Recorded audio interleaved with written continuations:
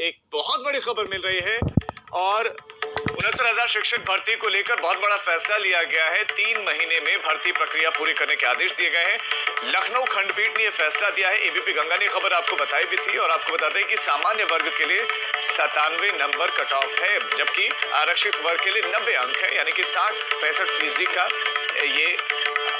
ये cut off है। 3 महीने में भर्ती प्रक्रिया पूरी करने के आदेश भी दे दिए गए हैं। ये खबर बहुत बड़ी है।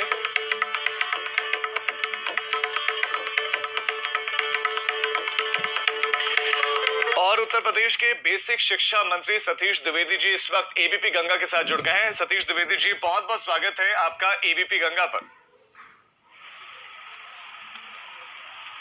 जी नमस्कार। सतीश जी, इस केस को लेकर, इस पूरे प्रकरण को लेकर आपको खूब घेरा जा रहा था, आपकी सरकार को। विपक्ष भी आप पर आरोप लगा रहा था, स्टूडेंट्स भी नाराज थे और वो नाराजगी थी कि कोर्ट तक मसला गया। अब आप लोगों को कामयाबी मिली है, आपके पक्ष में फैसला आया है, क्या कहेंगे इस पर आप?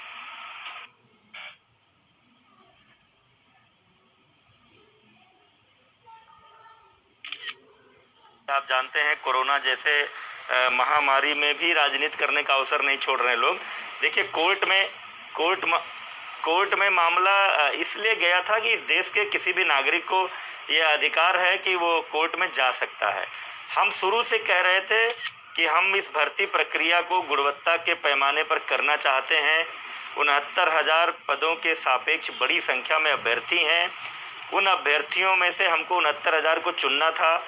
हम चाहते थे अच्छे प्रतिभावान योग्य शिक्षक हमको मिलें, ताकि जिस भविष्य को हम तैयार कर रहे हैं, जो उत्तर प्रदेश के नौनिहाल हैं, उनको अच्छे शिक्षक मिल सकें, गुणवत्तापूर्ण शिक्षा मिल सके उनको। तो उसको लेकर के हमने मेरिट तय की थी और आज हमको प्रसन्नता है और मैं धन्यवाद देना चाहता हूं कोर्ट के फैसले का स्वागत करना चाहता हूं कि आज माननीय न्यायालय ने सरकार के निर्णय पर मुहर लगाई है। और शीघ्र ही, जैसे जब से पिछले 3 सालों में उत्तर प्रदेश में योगी सरकार आई है, लगातार जिस तरह से भर्तियां हो रही हैं, लगभग 50,000 से ज़्यादा की शिक्षक भर्ती हमारे बेसिक शिक्षा विभाग में हो चुकी है। उसी कड़ी में 69,000 शिक्षकों को और भी हम अपने स्कूलों में भेज पाएंगे, जिससे हमारी बेसिक शिक्षा व्यवस्था और मजबूत होगी। क्या आपको लगता है कि विपक्ष के लिए भी ये करारा जवाब है, जो लगातार आपको कटघरे में खड़ा कर रहा था? जी बिल्कुल। जब देखिए हमसे अभ्यर्थी मिलते थे, मैं तो हमेशा बात करता था और मैं कहता था कि देखिए मामला माननीय न्यायालय के पास है, निर्णय आने दीजिए। सरकार की मंशा है कि ये भर्ती प्रक्रिया जल्दी पूरी हो। अगर ये मामला न्यायालय में नहीं गया होता तो 1 साल पहले ही ये 69,000 शिक्षक स्कूलों को मिल गए होते।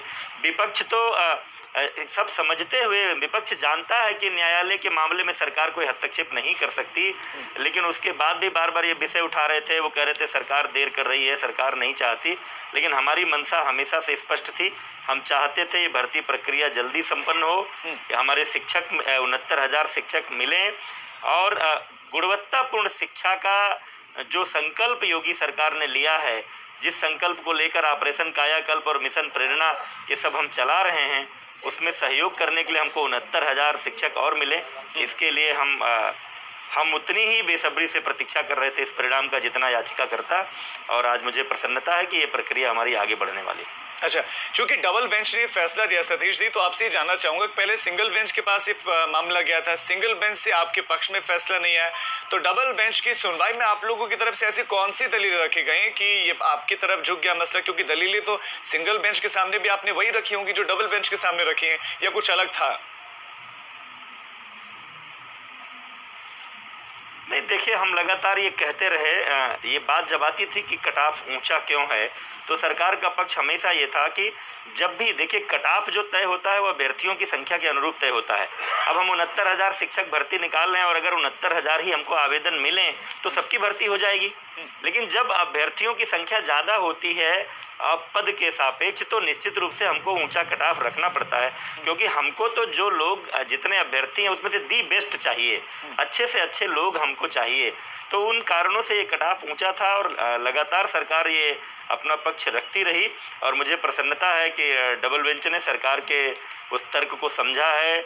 शिक्षा की गुणवत्ता के लिए जो हम प्रयास कर रहे हैं, हमारे प्रयासों को समझते हुए हमारे जो हमने व्यवस्था बनाई थी उस पर मुहर लगाई है।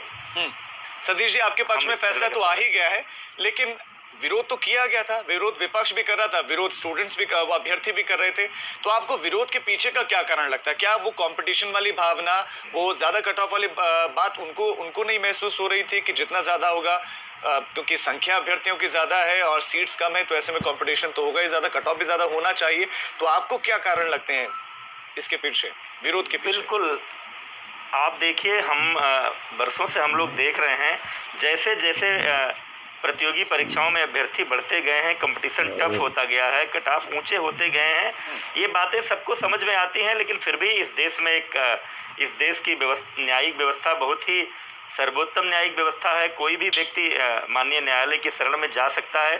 इसलिए जो लोग उस कट ऑफ के विरोध में थे वो न्यायालय गए, उनको अपनी बात रखने का हक था, वो हम लोगों से भी मिलते थे।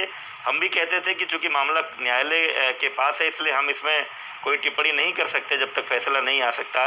लेकिन मुझे लगता है, मेरी अपील यही है कि सबको इस बात को समझना चाहिए कि जब पदों के सापेक्ष अभ्यर्थियों की संख्या ज़्यादा होगी तो कट ऑफ ऊंचा होगा, हमको परिश्रम करना पड़ेगा, हमको अपनी जगह हासिल करने के लिए, और इस भर्ती को संपन्न होने देना चाहिए, इस प्रक्रिया को, ताकि हमको 69,000 शिक्षक मिल सकें, हमारी शिक्षा व्यवस्था और सुदृढ़ हो सके।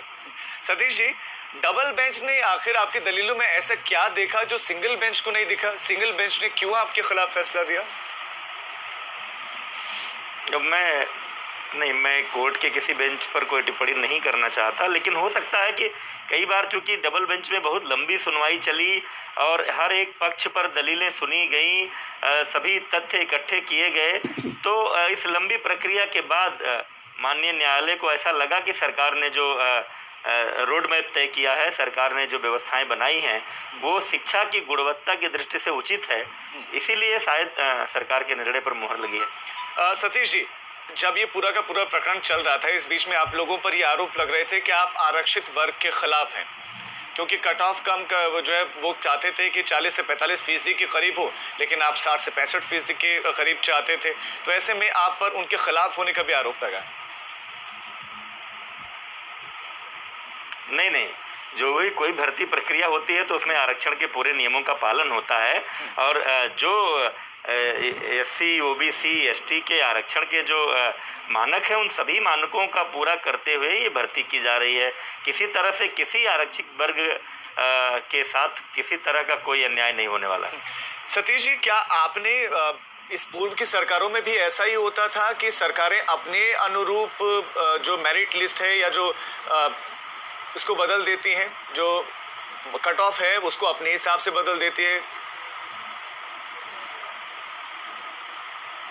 देखिए, कट ऑफ कभी परमानेंट नहीं हो सकता। मैंने आपसे कहा ना, एक समय था जब हाई स्कूल इंटरमीडिएट पास करने के बाद नौकरी मिलती थी सीधे, किसी तरह की कोई प्रतियोगी परीक्षा नहीं होती थी। जैसे जैसे अभ्यर्थियों की संख्या बढ़ती गई, पदों की संख्या तो उस अनुरूप बढ़ी नहीं, तो फिर प्रतियोगी परीक्षाएं होने लगी। आज 69,000 के सापेक्ष 4 लाख से अधिक अभ्यर्थी आए थे, तो ये कट ऑफ है। कल को मान लीजिए हम कोई 50,000 की भर्ती निकालें और अगर 20 लाख अभ्यर्थी आ जाएंगे तो कट ऑफ और ऊपर जा सकता है, क्योंकि हमको अल्टीमेटली जब हम मेरिट पर भर्ती करते हैं तो ऊपर से ही हमको लेना है, और सबसे अच्छे दी बेस्ट जो 69,000 होंगे उन्हीं को लेना है, तो निश्चित रूप से कट ऑफ ऊपर जाएगा। सतीश